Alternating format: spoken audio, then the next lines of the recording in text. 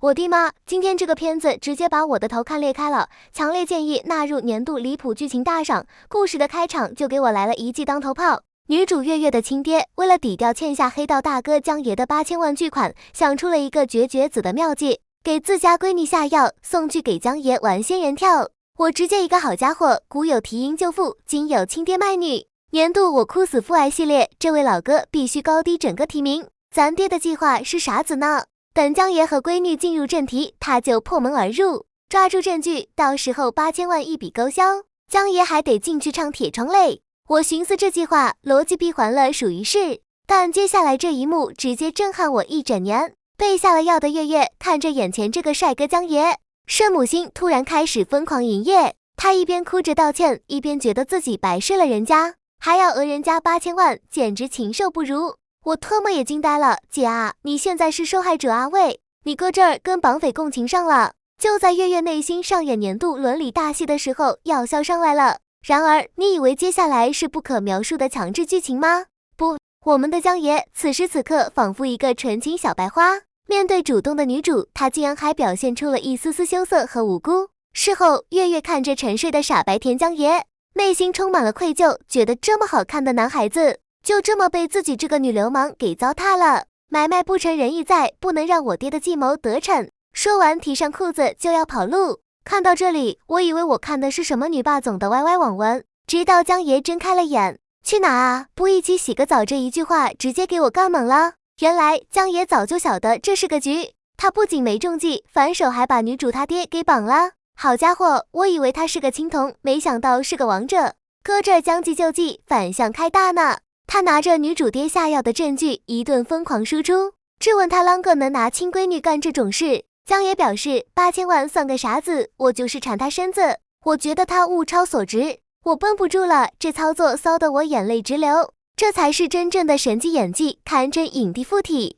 而另一边，月月冲出房间，刚好撞见他爹在勒索江爷，当然这都是江爷安排好的剧本。只见江爷瞬间戏精上身，切换成瑟瑟发抖的经验宝宝模式，一脸无辜又惶恐，仿佛下一秒就要被送进局子了。月月一看，我的妈，这还得了？这傻白甜被我爸欺负成啥样了？他当场正义感爆棚，对着他爹就是一顿输出，说都是我自愿的，是我强迫的他。为了修正这个错误，他决定对他负责到底。于是在江爷一句那你可以嫁给我妈的引导下，月月含泪点头，我愿意。屏幕前的小伙伴可以把逆天2个字打在弹幕上了，这脑回路比我老家的山路还18弯。就这样一个仙人跳直接跳进了民政局，你以为这就完了？不，更骇人的还在后头。婚后月月见到了江爷的父母，他爹一个只想抱孙子的活宝，他妈一个标准的豪门恶婆婆，看月月的第一眼就给她贴上了狐狸精的标签，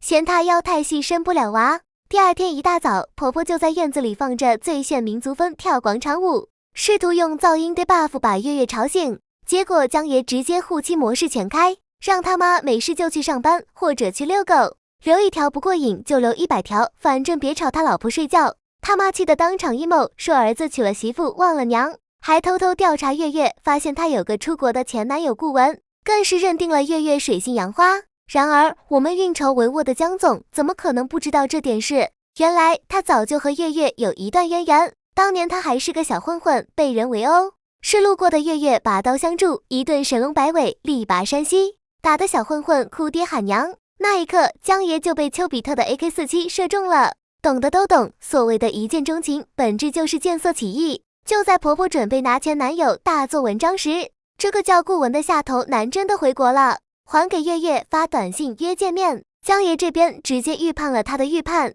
派人把顾文绑了，准备给他来一套物理超度。这个顾文也是个狠人，反手就想敲诈江爷1个亿，还洋洋得意地说自己知道江爷将计就计骗婚的秘密。他以为自己拿捏了江爷的软肋，甚至开始回忆月月当初多爱他，为了他还烫伤了胸口。然而他不知道的是，他爹也就是月月的爹。这个全场最佳猪队友又一个电话打给了月月，告诉他顾文回来了。月月一听，眼神瞬间就变了，真相终于大白，月月根本不是什么恋爱脑，他就是被这个顾文骗了3次钱的纯大冤种。之前所谓的情根深重，全是演给外人看的障眼法。